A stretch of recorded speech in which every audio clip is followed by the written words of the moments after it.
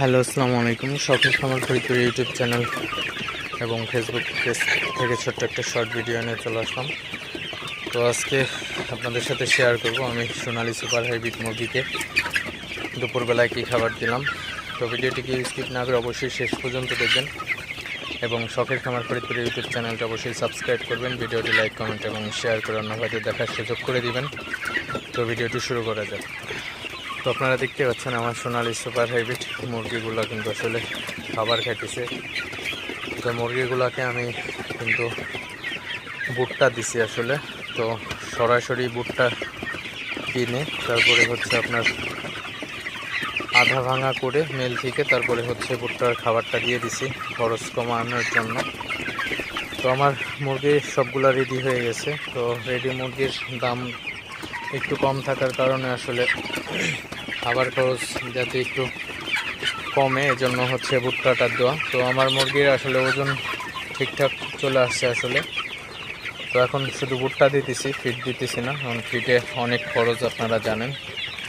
তো এক বস্তা ফিডের দাম 3250 টাকা। তো সে জায়গায় কিন্তু আমি প্রায় 2 মণ ভুট্টার টাকা হয়ে যেতেছে আমার। তো ভুট্টার দিতেছে আসলে মুরগিগুলা কিন্তু খুবই ভালোভাবে ভুট্টা খায়। আরেকটা জিনিস, তো ফিড তৈরির মূল কাঁচামাল কিন্তু আপনার ভুট্টা, আপনারা সবাই জানেন। তো এই ভুট্টা দিতেছি আসলে মুরগিগুলা কিন্তু আসলে পাগলের মতো খাইতেছে, আপনারা দেখতে পাচ্ছেন।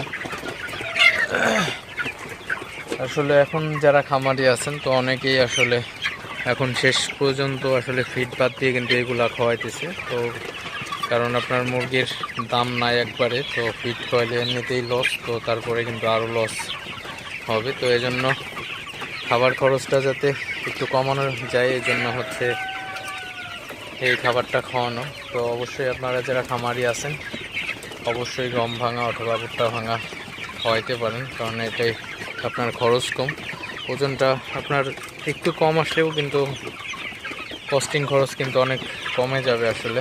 তো লস কিন্তু একটু হলে কমানো সম্ভব, কারণ আপনার যেখানে অনেক লস যাবে সেখানে কিন্তু অল্প লস যাবে। তো এই জিনিসগুলো অবশ্যই আপনারা খেয়াল রাখবেন। সবসময় চেষ্টা করুন মুরগিকে কম খরচে কীভাবে ভালো খাবার খাওয়ানো যায়।